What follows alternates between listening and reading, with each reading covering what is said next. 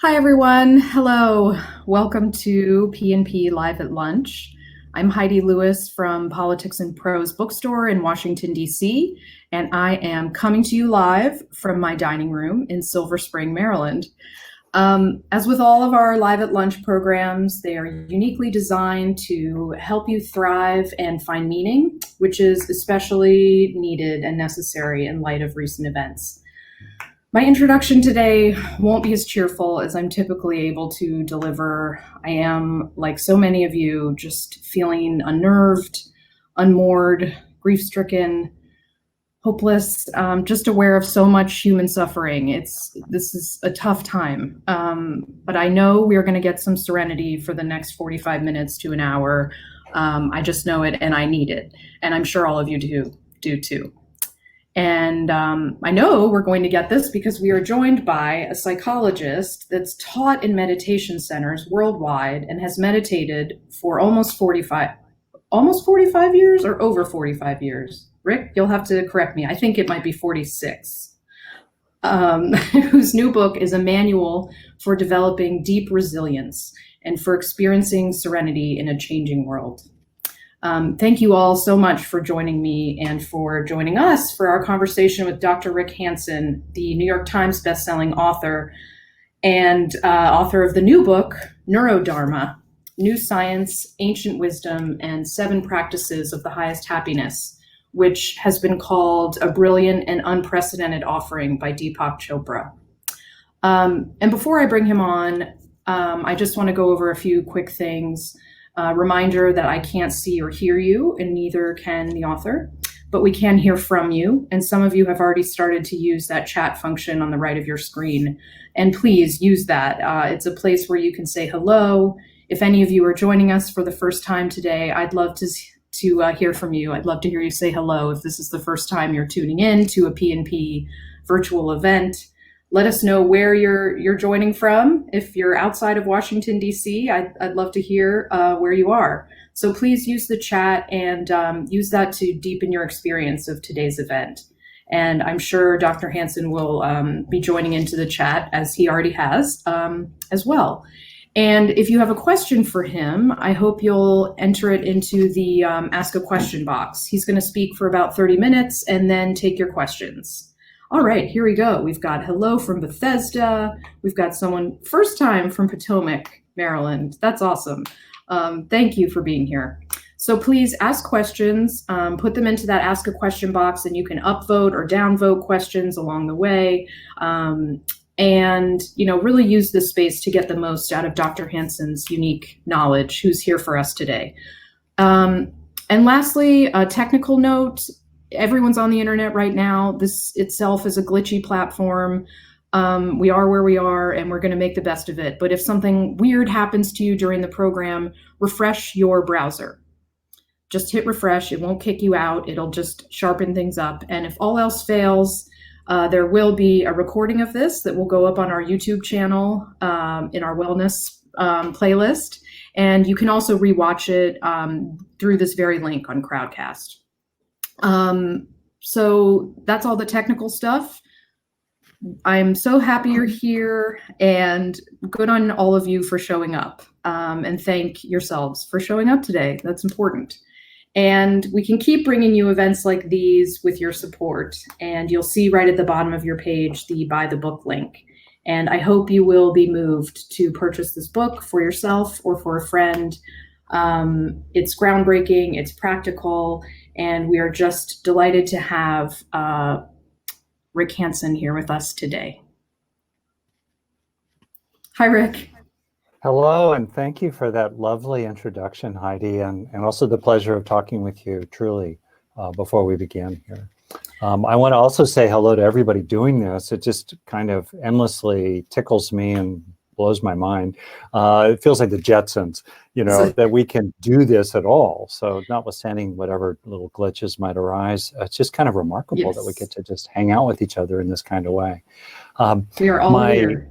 Yeah, it's great. So before you get started, I'm just going to disappear. Yes, I want you to get to the main event. So I'm going to disappear, and I'll pop back up when we start the question section. Okay, Sound good? Yeah, that's a plan. That's a plan. Okay. I kind of have a rule of thumb now. I can tell you all, do what Heidi says. she's she's got it organized. It's really good.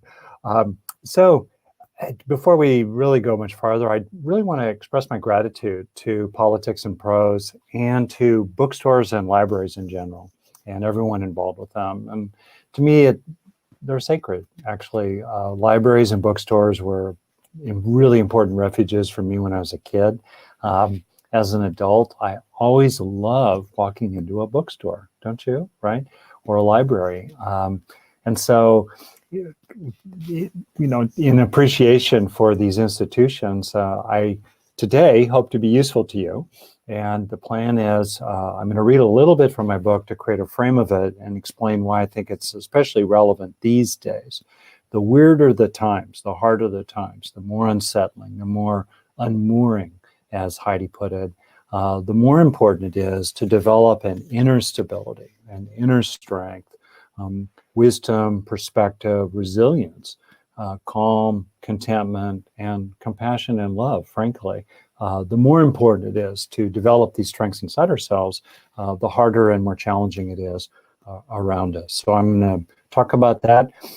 If you're up for it, I'll introduce you to a brief experiential practice, the 3 breaths practice that I do, and I think is really sweet and powerful and grounded in brain science. And then we'll open it up for discussion. We'll do it through the chat. Heidi will field it. I'll also see what's coming in, in terms of the chats on the side. But if you want to ask a question, if you could, put it in that ask a question field, and then that's how we'll manage it. Okay, so if it's okay, I'd like to just read the first probably a couple paragraphs from the book. Won't be long, and I'll try not to be boring. Here we go.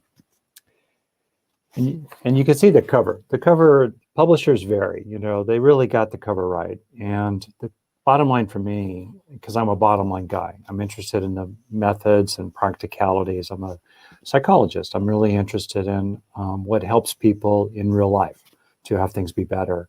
What can we learn from the people who've gone to the top and ourselves? When we ourselves have just really dropped in to a very good, solid, supportive place inside. What can we learn from that, including what science is increasingly telling us about what's happening in the brain when people are heading toward the top of the mountain here?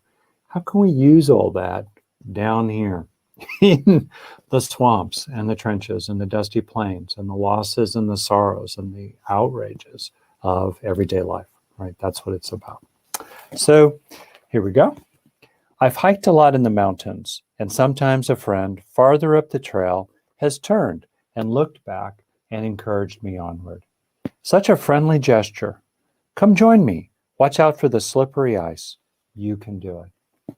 I've often thought about those moments while writing this book, which is about the heights of human potential, about being as wise and strong, happy and loving as any person can ever be. If those heights are like a great mountain, awakening is the magnificent journey that carries you along toward the top.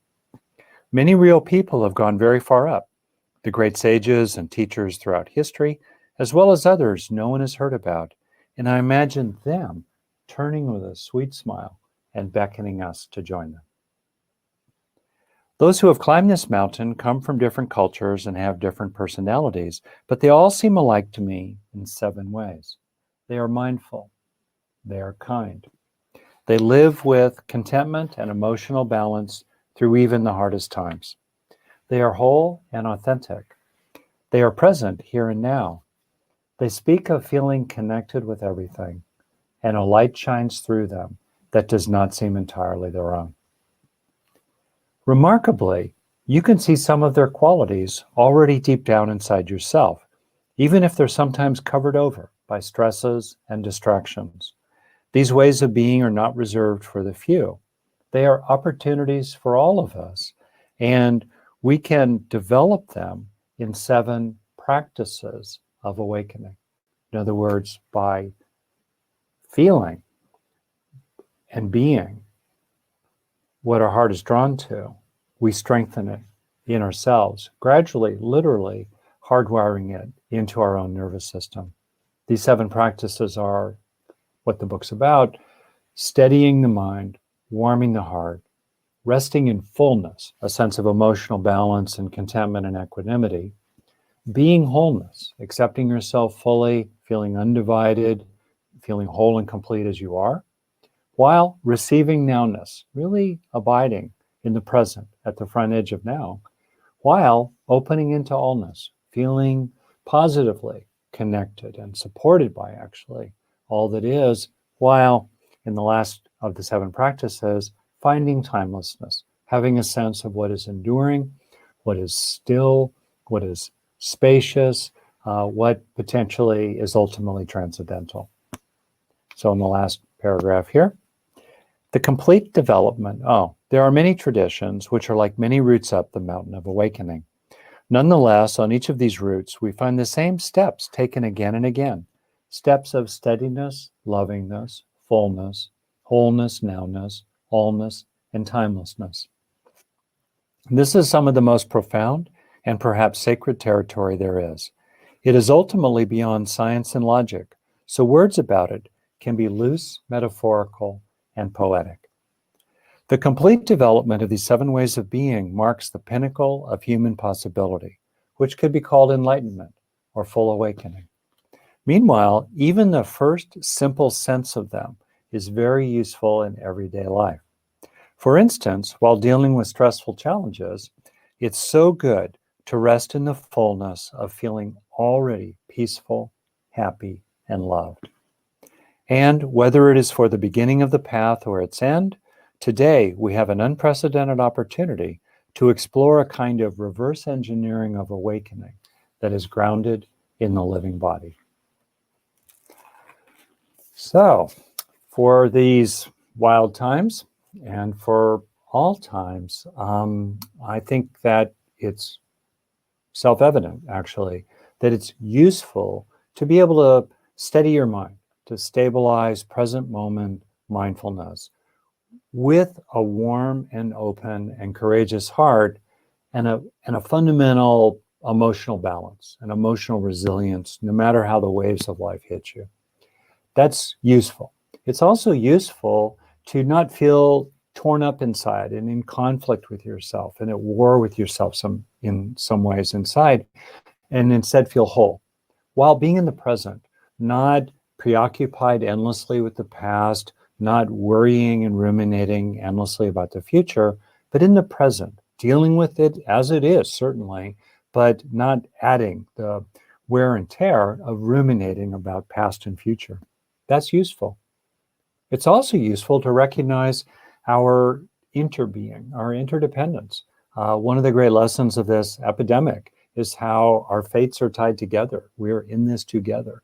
And one of the great and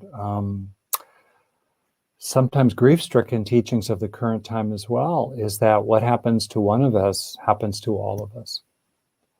That's useful to recognize that. And it's useful as well to have some sense of the ultimate possibilities of life, of what feels timeless, what feels eternal potentially, what feels like a field of possibility, always just before what's actually happening.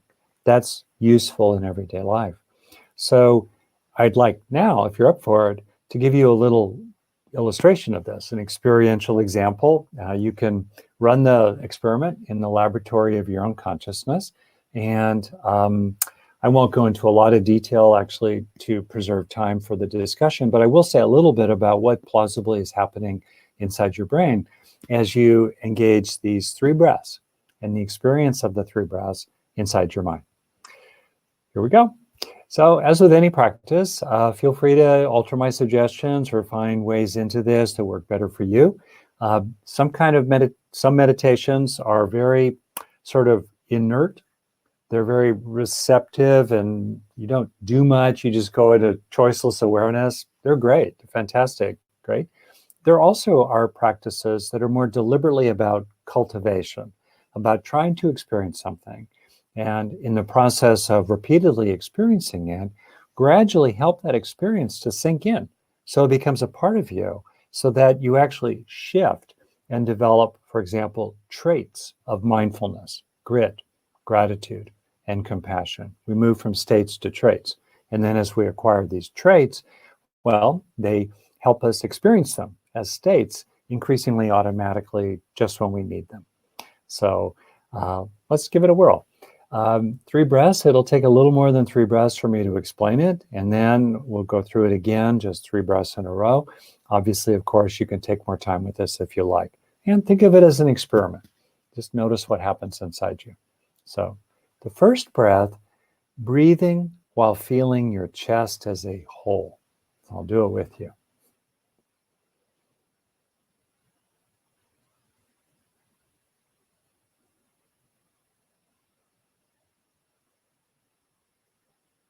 Okay, and it may take more than 3 breaths to go through this, and that's okay. And breathe at your own pace. In the second breath, breathing while feeling caring. Breathing while being aware of the area around your heart and bringing to mind one or more beings that you like, you feel friendly toward, you respect maybe, perhaps even love.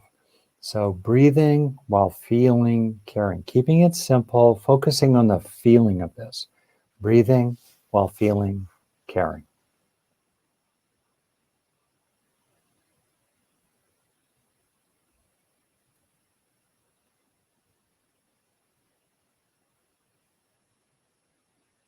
And then in the third breath, which could be a little more challenging, breathing while feeling cared about. Again, focusing on the feeling of being seen, appreciated, liked, or loved. Focusing on the feeling of that, not getting all complicated about it, while being aware of sensations in the area of your heart, maybe with a hand on your heart to strengthen the experience. So breathing while feeling cared about.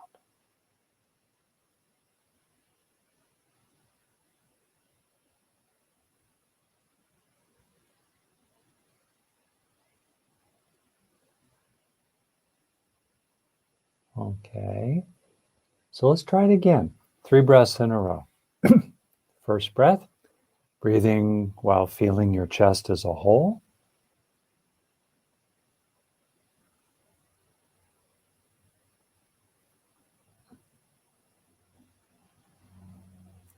Second breath, breathing while feeling caring.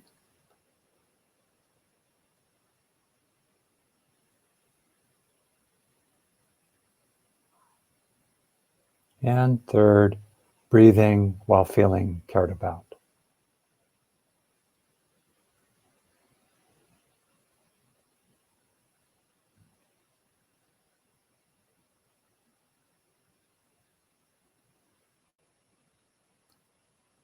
Okay, good. I'd like to offer a few comments about this, then open it up for discussion, and I encourage you to put your questions in so others can see them, and Heidi too. So the point of internal practice is not to bypass seeing what's hard and even terrible in the world, or to somehow avoid feeling what we feel. We feel what we feel. The foundation practice of all is to be with our own experience, is to open to it and to feel it. But that's not the only way to practice. And we can engage more deliberate forms of practice in which we're trying to cultivate strengths inside of various kinds. Good old-fashioned strengths like grit, patience, generosity, humility, respect for others, empathy, compassion. These are qualities we can develop inside ourselves. And we do them for our own well-being, which is a legitimate aim, much as we would wish others to have greater well-being or any well-being at all. We can wish that for ourselves. Additionally, as we grow these strengths inside, we're more able to deal with what's bad around us. As you grow the good inside, you're more effective in dealing with the bad. And so that's frame number one. Frame number two is that sometimes trying to have an experience of something useful is like trying to light a fire with wet wood. It just doesn't ignite. Okay. Sometimes it's just coincidental. But if in general it's hard to actually feel something that would be beneficial and authentic and legitimate to feel, that's a sign that that would be something to focus on developing inside yourself. So with that as a frame then, briefly, in your brain, when you are simply bringing attention internally through what's called interoception, the internal sensations of your joints, the expansion, the contraction of your chest as you breathe, several good things can happen in your mind that make us more resilient. One is simply bringing attention to sensations reduces verbal chatter. You're just turning up the volume on nonverbal sensations. That naturally turns down the volume of the voice in the back of the head, or all 7 of them. And that's useful often because that chatterbox of an inner voice is often a driver of stressing and suffering. There. Second, as we bring attention internally, it tends to engage activity in the insula, the key part of the brain. There are 2 of them, one on either side of the temporal lobes. And as we engage insula activity, that tends to act like a circuit breaker for the default mode network, kind of in the midline of the brain toward the back, which is a major basis for rumination, stressful rumination, and mind wandering. So, boom, just coming into the, into the internal sense of your body, reduces all that negative rumination. That's good. Also, as you come into the present and get a sense of your body in the moment, that reduces mental time travel and brings you into the present. That's all great, right? And there's some other benefits as well in simply getting a sense of your chest as a whole as you breathe. Second, feeling caring or cared about. This helps us be resilient in different kinds of ways. One way is that it tends to increase oxytocin activity in the brain. And as oxytocin activity in the brain increases, as people experience positive relatedness of whether it's flowing out or flowing in, that lowers anxiety. The feeling of being connected is a primal signal of safety. As our human ancestors for the past 300,000 years and our hominid tool manufacturing ancestors for another 2 million years before that lived, they lived primarily until only about 10,000 years ago with the advent of agriculture slowly spreading across the world. They lived primarily in hunter-gatherer bands of 40 or 50 people. And you could not survive alone. You needed to live inside your band. And so feeling connected in a positive way was really calming, and it was a fundamental primal signal of safety. So it's understandable that positive relationship experiences dial down anxiety. Also, the alarm bell of the brain, the amygdala, 2 of them on either side of the brain, has receptors for oxytocin on it that they function like the brake pedals in a car. They have a calming inhibitory effect. So literally, amygdala activity tends to decrease as oxytocin activity increases related to positive relationship experiences. That too helps us be more resilient because the amygdala is the initiator broadly of the stress response, whether we're freezing in immobilization or firing up into fighting or fleeing. Last, as we engage positive relationship experiences, we're working with what's called the vagus nerve complex. I'm going to summarize a lot of stuff here.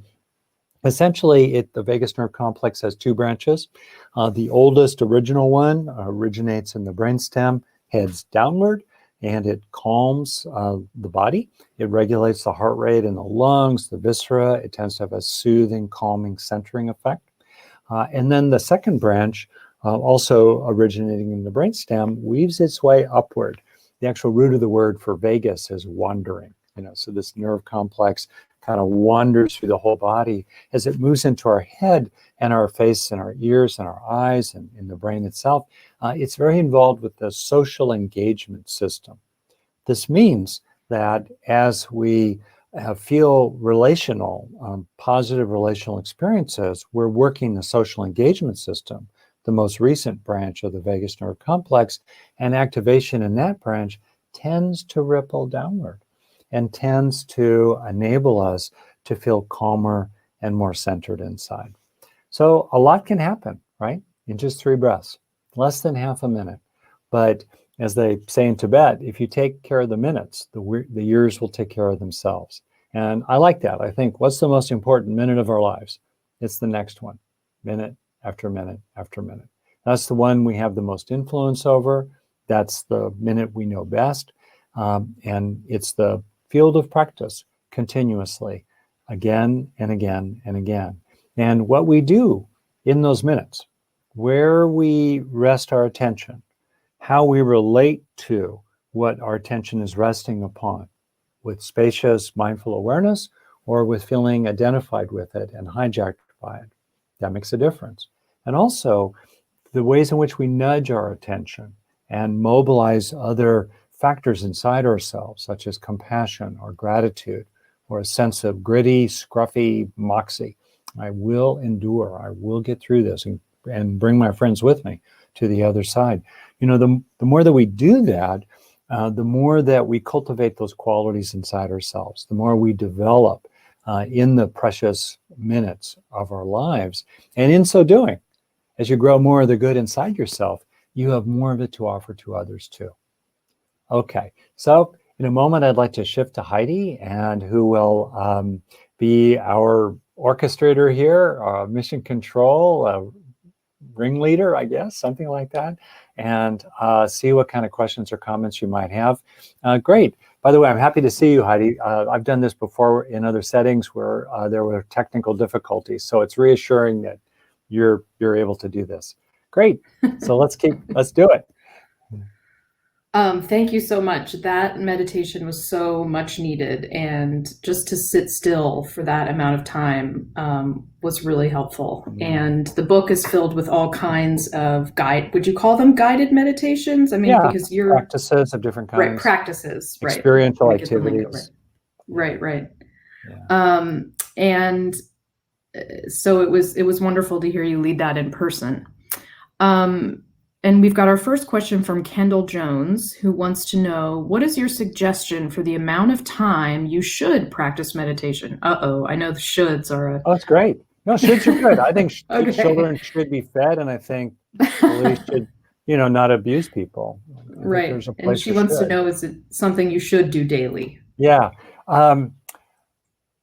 Well, it's like at one level, there's just sort of the obvious practical advice, so I'll offer it, then I'll move past it. We should do what helps us. So if it's helpful to do a practice and it helps others as well, that's kind of what we should do. In our very busy lives, there's often a question of dosing effects. In other words, what's the minimal necessary dose to get the result? And I understand that. We're busy. We're pulled in many different directions, right? Also, people have different inclinations.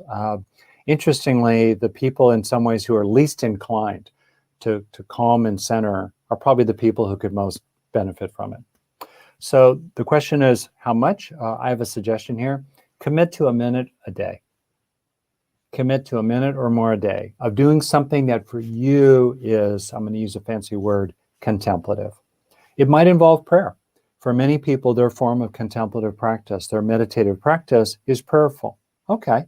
Or do it in a secular frame in which, for example, you simply focus on the sensations of breathing for a minute, or bring to mind something you're grateful for, or kind of rest in a heartfelt feeling, an open-hearted, warm-hearted, maybe sense of compassion for others, or a feeling of resting in relatedness with others who care about you. For that minute, do that for a minute. There's a traditional saying, your mind takes its shape from what it rests upon, for better or worse. The modern update based on experience-dependent neuroplasticity is that your brain literally takes its shape in terms of structure and function from what your mind repeatedly rests upon. So if we rest our minds on the sense of helpless outrage and helpless, immobilized worry, we will gradually weave those qualities into our nervous system.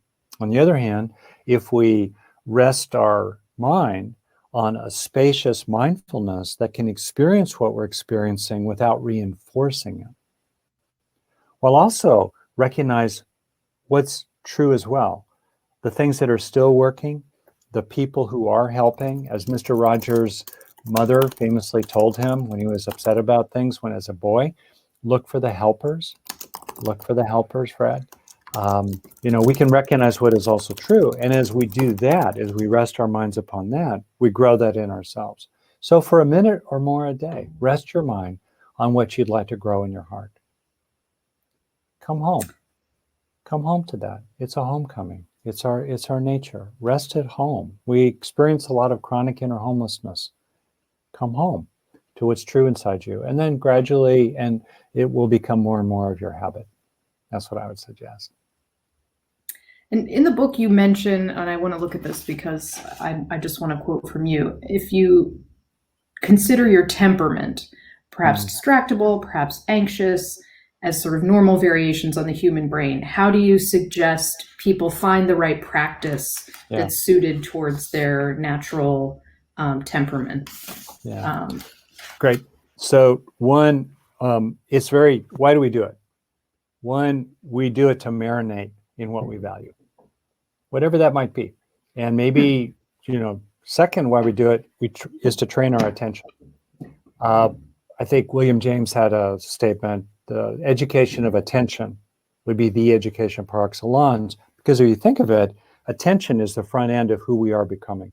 Attention is like a spotlight and vacuum cleaner. It illuminates what it rests upon and then sucks it into our brain.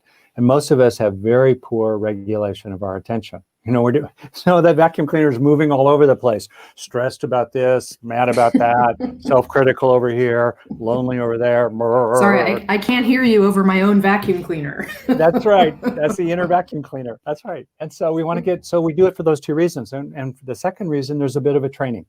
So, and when you train something, you want to find that sweet spot where it's a little challenging. So therefore, if your temperament by nature, or you've acquired it in our kind of wild and crazy culture, is kind of spirited, ADD-ish, kind of a little stimulation hungry, you can use an object of attention in your meditation that's more stimulating than just noticing the sensations of breathing around the upper lip, for example, which are pretty boring. So meditating on heartfelt feeling is going to draw you more. It's going to be more stimulating. It's going to help you stay focused and not get so frustrated and restless and disappointed in the practice. Walk. Meditate while walking. Meditate while walking your dog. Be honest with yourself. Are you just spacing out and relaxing? That's better than the alternative. Or are you also using that time, let's say, to cultivate certain qualities of calming and centering and present moment awareness? Right? Okay. And the more you do it, the better it will be. But I think it's really important. There's like a normal range of variations, sort of like turtles at one end and jackrabbits at the other. I'm sort of a tweener. I could definitely move into jackrabbit mode. You've probably seen that, but I like being turtley, right? But it's tough to be a jackrabbit, which is normal, but going to school in a turtle pen or going to a meditative program run by turtles for turtles to make them better turtles. Right. That's tough. So it's really important to adapt your methods to what suits you best and to be real about your own nature. That's really helpful. I think people try a practice and it doesn't work right away, or they feel it's too hard. And then instead of seeking out that variation, abandon it. So it's helpful to think about ways to adapt for your own temperament. And we are getting some more questions coming in. I want to encourage everyone to pose a question. You can do it in the chat or in the Ask a Question section down here at the bottom. It looks like Janine Hull says she's heard a lot of discussion about the vagus nerve, but hadn't heard of one going down and one going up. Yeah. I have heard of it as one down the front, ventral, one down the back, dorsal. Are these different, or how do I combine these ideas? Right. Getting a little technical here, which is great. And this person is aware of some of the background here. And I want to acknowledge Steve Porges, a great scientist who's developed a lot of this material. It's wonderful stuff. The more ancient form of the vagus nerve is a little more toward the back. That's called dorsal, like the dorsal fin of a shark. It's like the back fin of a shark. And the more recent part of the vagus nerve is more frontal, so that's ventral, that's what those words mean. But the takeaway point that I'm making here is very, very true. One branch goes down, it's older, it's parasympathetic, it's calming. One branch goes up, it's sympathetic, it's faster, and it's more engaged with the social engagement system. There's a lot of detail about it all, but I think the key takeaway here is to appreciate the ways they work together. That, you know, as we've kind of known, calming and stabilizing in an authentic way, not numbing ourselves, not suppressing ourselves, calming and centering makes us more available for relationship, including intimacy, emotional intimacy, broad openness to others. Is hard to do if you don't feel stable inside yourself. Intimacy, autonomy supports intimacy. You know, it also helps us be more present with others that are disagreeing with us or angry with us or have different views. If we feel more centered over here, like a deeply rooted tree, we're more able to receive them without going to war with them while holding our own ground. So to me, that's kind of the key takeaway, the ways in which those two work together, including appreciating how positive relationship experiences also support that calming and centering that's at the core of resilience. I think that sort of leads nicely into another question we've just gotten from someone. I need a Maggie. haircut. That's one of the things that happens when you're at home. Oh, I forgot what happened to my hair. I know your video cam becomes your mirror, right? It sounds like Maggie wants to know that she appreciates the gentle turtle movement approach, but what if you never feel cared for? Or what if you're never able to grasp that intellectually, or you're aware of it intellectually, but you can't get to it emotionally? Such a deep and poignant question too, and I would say near universal. So a few things here. One, that a lot of the practice in life, I think, is to recognize facts that are, I'll just say it differently. I'll say it like this: deal with the bad, turn to the good, take in the good. That summarizes a lot. And in the turning to the good, we often start by recognizing it. You know, that things are working, like this technology is working here. Frankly, Heidi, I'm really enjoying doing this with you. You're good at this. That's reassuring. You know, that's just factual. It's not more than what it is, but it's not less than what it is. So we turn to the good, and we help the idea of it become an experience. And that's the part of the issue the person's bringing up. And then as we have that experience, we want to take in the good to gradually hardwire it into ourselves and move from state to trait, from experiencing to learning in the broadest sense. That's a broad roadmap for what is useful to do. So in that context then, with regard particularly to feeling cared about, that's a big one for a lot of people. And if we've missed out on that as a child, let's say, or missed out on it recently, it's understandable that it's hard to get in touch with. That's why I have two things I can suggest here that I think are really helpful. One is to look for the simplest, most basic forms of being cared about, of feeling included or seen or appreciated or liked or loved. You can see I've kind of moving up a ladder of intensity there. And unless someone is like the Unabomber living in a storage unit somewhere in the middle of nowhere, just about all of us have very legitimate opportunities many times a day to feel what is true, that we are indeed in that moment recognized. There's a little bit of friendliness going back and forth. There's a sense of common cause. We're part of a group. People appreciate us. Maybe they're not our best friends, but they're grateful to us for something. Maybe they like us. Maybe they even love us. Those are facts. So look for the little small ones and just open up slots in the inner motherboard so that gradually over time you can really feel it. And you have to help yourself. You have to be committed to this, right? But that if you are, you can feel it. It's our nature to feel cared about.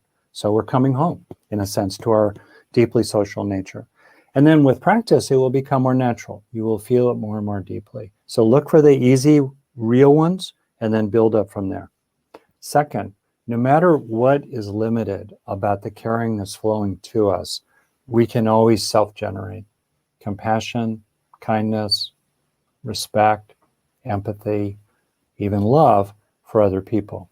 And what's remarkable about love, broadly described, is that it feeds us whether it's flowing in or flowing out. And I think that's marvelous, that no matter what is happening around us, including objective limitations in the caring that it can be coming to us, inside our own heart, we can always find a givingness, if nothing else, a compassion, a recognition of the suffering of others in our common humanity. And as we do that, it actually makes us feel better. It actually helps us feel better. So both are true. I love that image you use of sort of breaking apart the motherboard, right? Because we all feel that we are wired a certain way, and that it is hard to undo what we've lived with for. That's right. And you want to open up slots. You want to open up, right. the capacity to experience certain things. Right. What we're unable to experience binds us. Mm-hmm. And so much of your work and so much of your research is the proof. You're sharing the proof that it works. And there's a lot of comfort in that as well, I think, if you can hang on to that as you're doing it. Because I know sometimes if I'm not fully committed to a practice, like dieting, for example, even though I know it works and I know it will do something for me, it's still hard to change, and it's hard to hang on to that behavior, Yeah, that's right. One of the nice things is in terms of motivation, is to look for rewards, like what feels good about something. And then before doing it, for me, it's around getting on the treadmill and exercising. Before doing it, to motivate myself, just associating an imagined reward, like how I'll feel strong, I'll feel good, I'll live longer, I'll live to see my grandchildren, which are not yet alive. My kids have got to get going. What are they waiting for? Et cetera, et cetera. And then while doing it, focus on what's rewarding about it. And then after doing it, look back and focus on what's rewarding about it, about whatever we want to encourage inside ourselves, including being more courageous and compassionate in our communications with other people, finding that sweet spot in which we feel an underlying fearlessness in speaking truth to power, while being, very aware of safety and being prudent along the way. Truth to power brings to mind a question we've got from Cindy Bordeleon.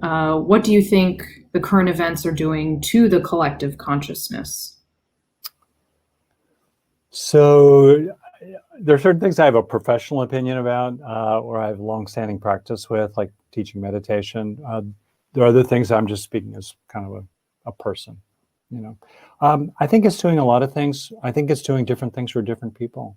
And one thing that I hope, like as was described by Eugene Robinson in a recent op-ed in the Washington Post, that there's a possibility of a tipping point, a kind of tipping point in the culture where enough people have just had it with certain kinds of things, that there will be, rather than it being the moment in which there's despair and anger and outrage, and then it passes and back to business as usual, that there might be potentially a real shift at this time.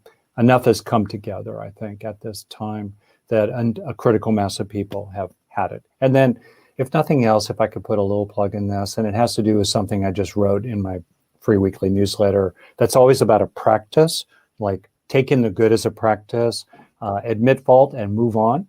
That's a practice as a husband for many years now. Vote, one way or another. Vote with our feet, vote with our voices, vote with our ballots, vote with our money, vote whatever you vote for, but vote. I think that's one thing that we can all do every day, and certainly in November. I want to build on something that came up in the chat over here.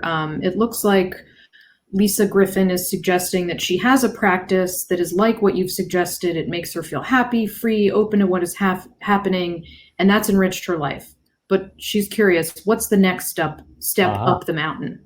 Does she carry on? Or how could she develop further or focus on something to deepen this? Yeah, I appreciate the question. A couple things into that. So I think that in almost everyone is an intuition, as I wrote, of the highest happiness, not as a one-off experience when everything's right, but as a baseline inside ourselves in which we feel deeply at peace, with a warm and loving heart and much contentment. Like, we have a sense of that with a deep wisdom and a kind of freedom in our relationship to whatever we're experiencing. I think honoring that longing is really important. And it's easy to set it aside every day or let it be swallowed up by the busyness of everyday life. But on the other hand, if you say to yourself, I'm going to use my everyday life as a field of practice, so that bit by bit, inch by inch, I'm going to make my way up the mountain of awakening. That's a really important commitment to make to yourself. And it gives meaning and purpose and direction to your life. So honoring that, like Lisa is speaking here, how do I keep going? How do I keep moving? Not out of stressful striving or discontent with the life you have or comparing yourself to other people, but out of an honoring and a giving yourself over to this fundamental movement and longing and updraft in your own being. That is a generally important point. And then beyond that, if there's something you're looking for in general, I think there are a lot of people who have a little practice, which is better than no practice. One is infinitely more than none. Something is infinitely greater than nothing, right? So they have some practice, but they're kind of plateauing. There's some mindfulness there. There's some inner awareness. There's some self-knowledge. There's some loving kindness floating around. They're kind of hanging out. And then what's the next step? So the book very much is about intermediate to advanced practice with a welcoming spirit, certainly for people just beginning. The one thing that I'll just share with you that's been a very important practice for me is to increase my real-time sense of basic all-rightness in the core of my being, which is really interesting to experience alongside feeling appalled and outraged and deeply concerned for others. But you can experience both there, that there is that very legitimate sense of concern and anger, let's say, while also there's just some fundamental inner peace. In this moment, you're basically okay. Whatever the future may hold, in this moment, there's a basic all rightness. There's enough air to breathe, your heart is still beating, you're basically all right now. That's a really good practice to cultivate. And then the other one related to that is to keep opening out into the whole. In the book, I talk about some new brain science about why that's really useful, to get a sense of your body as a whole, the room as a whole, everything as a whole, right? Even looking out to the horizon and up to the heavens. That is calming, that is centering, and if you can take it into account increasingly in real time. Those are two things that intuitively I would suggest here. A lot of people have chimed in on the chat to share some of their favorite local labyrinths for walking meditations. Oh, yeah, I saw that. So I hope, I wonder if you have any thoughts on that or anything to add about what you might recommend that someone try during a walking meditation. Yeah. Well, so around the world, there are many, many traditional practices that are quite effective, and they've developed because they're effective. So like walking through a labyrinth, it slows you down, it brings you into the moment. You're doing it clearly as a practice. You're not trying to get somewhere. You're doing it for its own sake.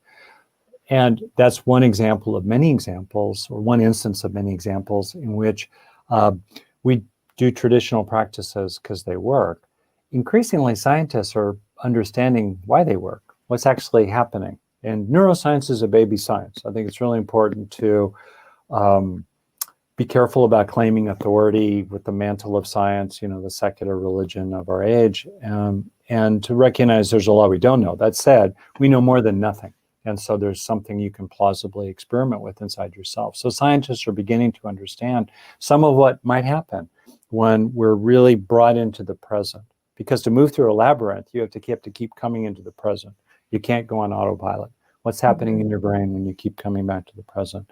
What's happening in your brain and your body when your breathing starts coming into rhythm with your motion, your movement, your breathing with each step? What's happening there? What's happening even if you have a sense of camaraderie with others who are walking the labyrinth with you? So it's not that the latest neuroscience is ever going to replace traditional practices, but I think it can help us understand them, be more motivated to use them, individualize the use of them, including for the turtles and the jackrabbits among us, and also use them more effectively. And occasionally, science helps us understand and helps us identify new methods, actually, that can add to the tools already in the psychospiritual warehouse. So that's what I say about labyrinth. For me, I love wilderness. That's something that's very important to me. Being in nature. I think interacting in warm-hearted ways with other people is really important. For me in my own journey a lot, understanding kind of came fairly easily when I was younger, and working on love, strengthening the muscle of the heart broadly, that's an important practice. I feel like we've heard a lot about the science and about the sort of neuroplasticity of the brain, and that's been really enlivening and helpful. I wonder if you might switch gears in the time that we have left to touch on some of the ancient wisdom and some of the Buddhist practices and teachings that you've woven throughout the book.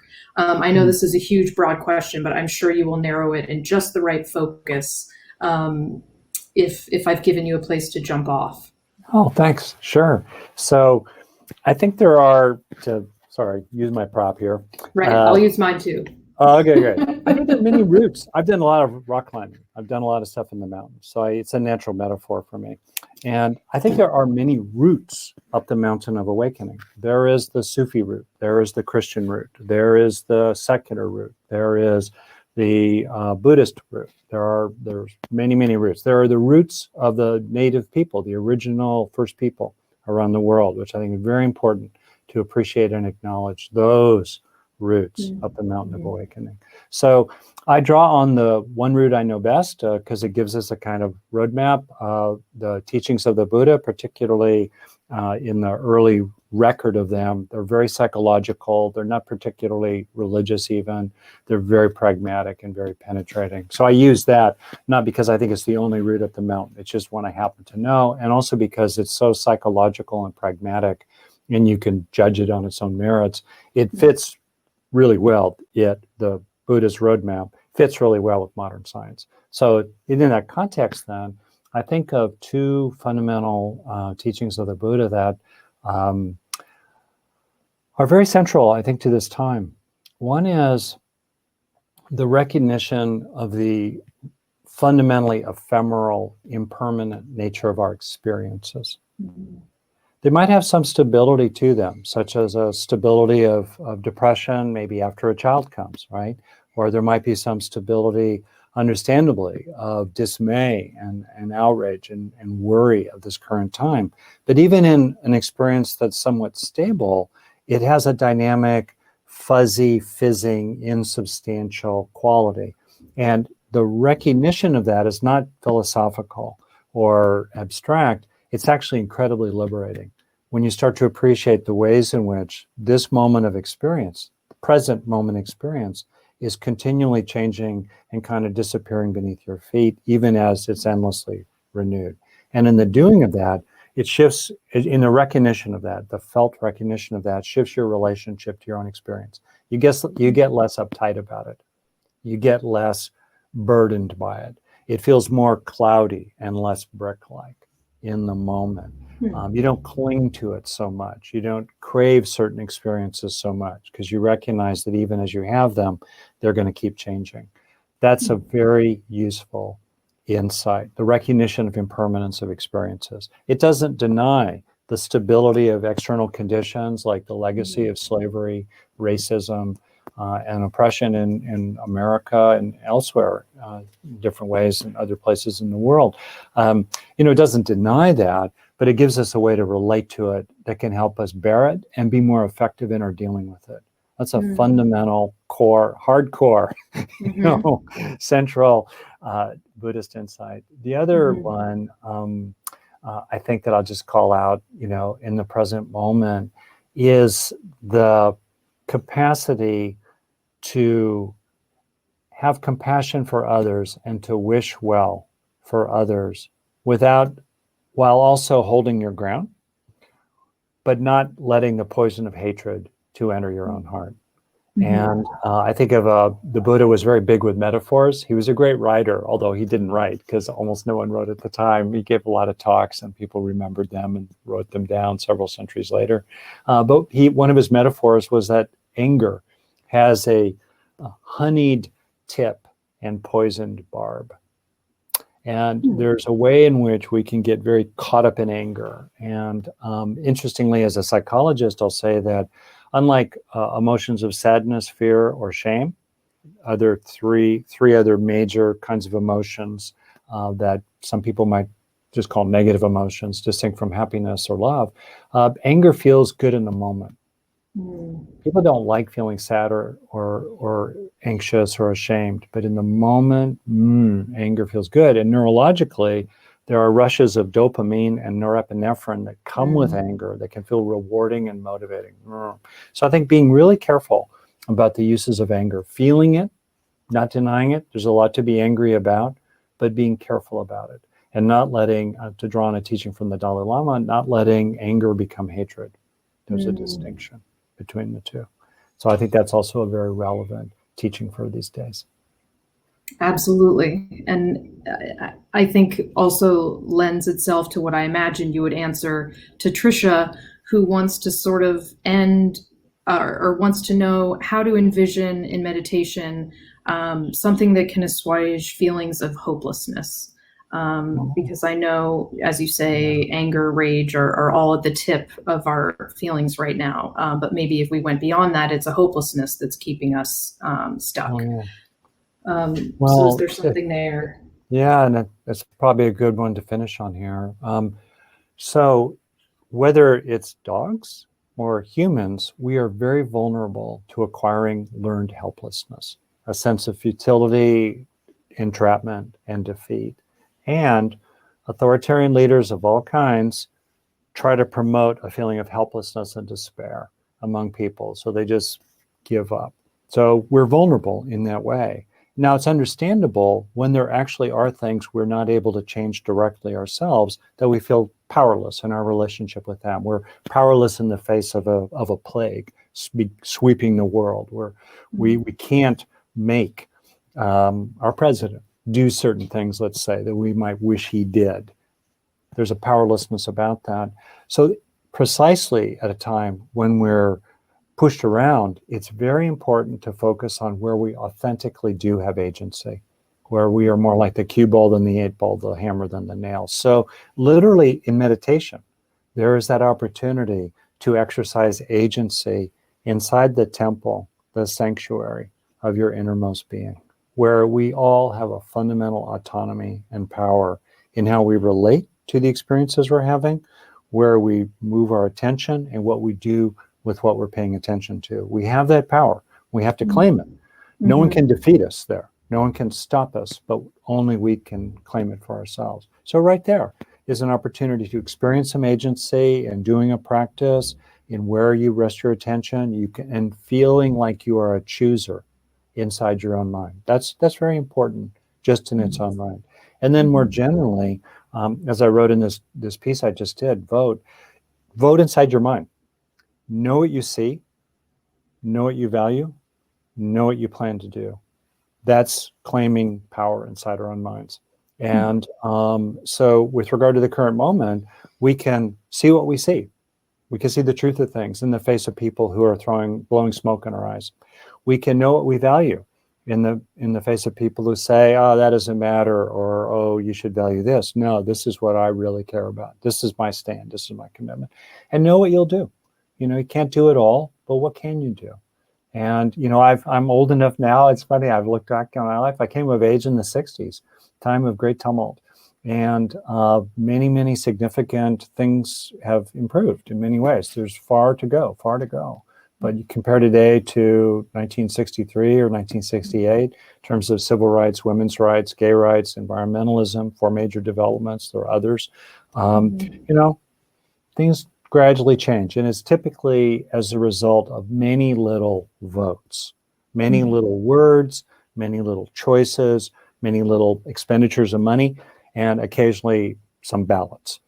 the gradual accumulation of those votes in the broadest ways, has become a mighty stream. It's just a drop in the ocean, each one. Each vote is a drop in the ocean.